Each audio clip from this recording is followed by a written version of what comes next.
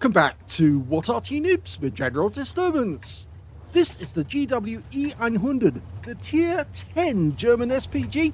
This one's located on the Sapsboard of Pilsen, and it's under the command of somebody who's appeared in this Arty on numerous occasions, randyxx777 of the War Clan. Let's go. Game on.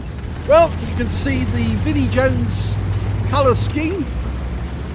Yeah, they brought that out last Christmas. I'm wondering which one they can actually bring out this year and who the star's going to be. It's probably going to have to be somebody new because, of course, they've had Arty, they've had Vinnie. So I do wonder who's going to be the next one. I wonder if it's going to be some French kung fu artist, Jean-Claude somebody. Yeah, maybe, I don't know. Well, we can see that Randy's found his firing position. So look, STB-1 moving up, fires the round in, very close to target. I do like the way he's knocked these trees down here though, because they actually do provide a multiple depth of cover that he can actually use. A lot of players fail to actually utilise the east side of the map. They go to the corner. In fact, the other Arty and our team has done exactly that. In fact, I forgot to put the names up, so we can't actually see. There they go. Okay, we've got Object 261 who's gone to the west corner. Oh, that was so close to the STB-1 that time. Now there is an event actually happening, and it's happening inside the factory. It's not the usual railway train or something like that. Occasionally you'll see the railway train go through. Okay. Looking for a target. We found one. Die M, the Tier 10 German medium. Lining up the shot. Rounds out. Looks good. Right next door to him for 201. It stuns him. Tracks him, and he is taking damage, so we're getting stun assist. 2 tanks hiding behind the pipes. This is going to be interesting. Now, from this position, it's not easy to get the shell behind the pipes. Much easier for the Object 261 over in the west corner of the map. But from this position, you can actually move the Arty up all the way to the grid square J0 and shoot north from there. And in fact, actually, that opens up a whole world of different places that you can actually strike.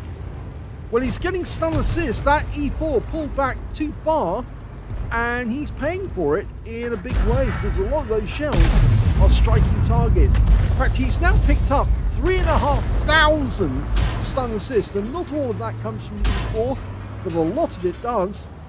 In fact, I think you can see 5 shots, each of them for around about the 300 mark. So yes, it's at least 1,500, and he got the kill shot on the E4 with that last one. So they're 4 up on the enemy at the moment, 5-1 score. That's very good. Now this Arty is not particularly fast because basically it's made from a heavy tank. It's only got a top speed of 34 kilometers an hour. So it would take him a little while to actually get into position around the corner. But he fires a round in on the BZ-75. Oh! That hit the upper plate for 268. It looked like it was the upper plate at least. So he did get some direct damage on that BZ-75. And in fact now the enemy is being pushed into the northeast corner of the map. And I don't think this battle is going to last very long. Okay, so he's looking to either hit that T95. No, T92's gone, rather not a T95. It's a Tier 10 game with only Tier 10 tanks. I think that 60 TP is about to get an enema. And he's been tracked, and he had to use his repair kit there to get moving again. So he won't be able to use it again. And he is taking damage, so we're getting... Yep, we're getting stun assist. Must be. No, we're not, actually. We're going back to the BZ-75, though. You see the reload time is very, very quick indeed. Standard reload is a lot quicker. The standard reload, 37.39 seconds. And we've got 28.85. There's only 4 enemies left. In fact, actually, the top speed of this Arty is only 40 kilometers an hour, but that's not much different from the one I mentioned. Going for the BZ75 again. He's trying to stop our guys from coming around the corner. Oh, that was the 261. And here comes our EBR 105 to... Oh, and he drove through the frame. Rounds out the... Let's see. Lands behind him, and he's gone. But so's our EBR 105. There's only one enemy left, and he's gone. And that's the end of the game.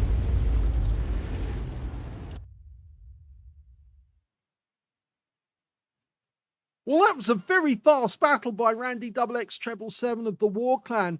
He only managed to get a first-class tanker out of that one because he didn't get a huge number of rounds off at the enemy. He did get a bruiser medal for getting at least 5 critical hits. In fact, he got 7. His win rate from that game, 991, which is good, but not special. Let's have a look at the team score.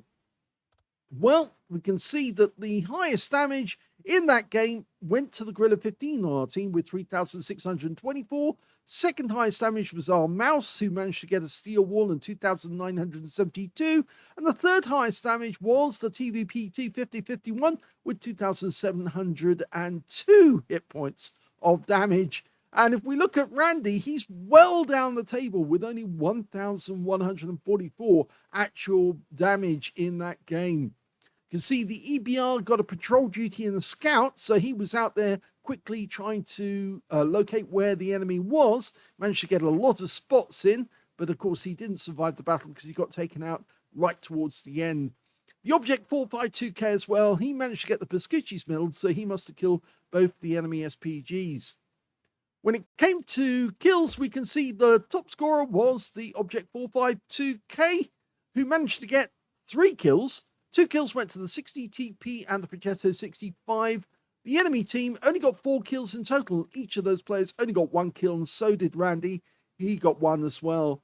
And when it came to base XP, Randy's right at the top of the table, and that's because he got masses of stun assist out of that one. 898 went to Randy, 830 went to the EBR 105, and 824 went to the Mouse. Now you can see Randy only fired 9 rounds. That's why he didn't get a huge amount of damage. He did get 1 direct hit on the enemy and no penetrations at all. 13 splashes, 1,144 hit points, all of it at more than 300 meters. He damaged 6 of the enemy, killed 1, so he just missed out on getting a Confederate. And he also got 4,975 hit points of stun assist off 12 stuns, and that's why he only got a first class and not an ace tank. He probably needed a few more hit points to get over the mark to get an ace tanker.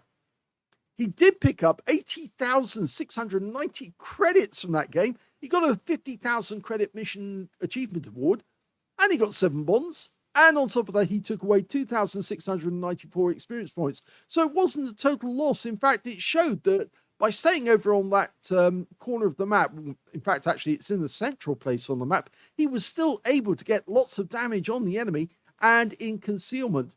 Of course, actually, to get a lot more damage, I think it does help to be in the corners, because then they do have lots of concealment, but they also have the angles to hit some of the enemy tanks. But this one paid off on this occasion, and so it's definitely worth considering if you end up on this map to use those bushes and knock down a few of the trees in the right places, and that will provide cover that the enemy won't think to shoot at, because of course it'll be very difficult for them to work out where you are amongst all that fallen trees and foliage. Hope you enjoyed that game. If you did, please give this video a like, do subscribe to our channel, leave a little comment down below because it feeds the algorithm, and thank you for watching.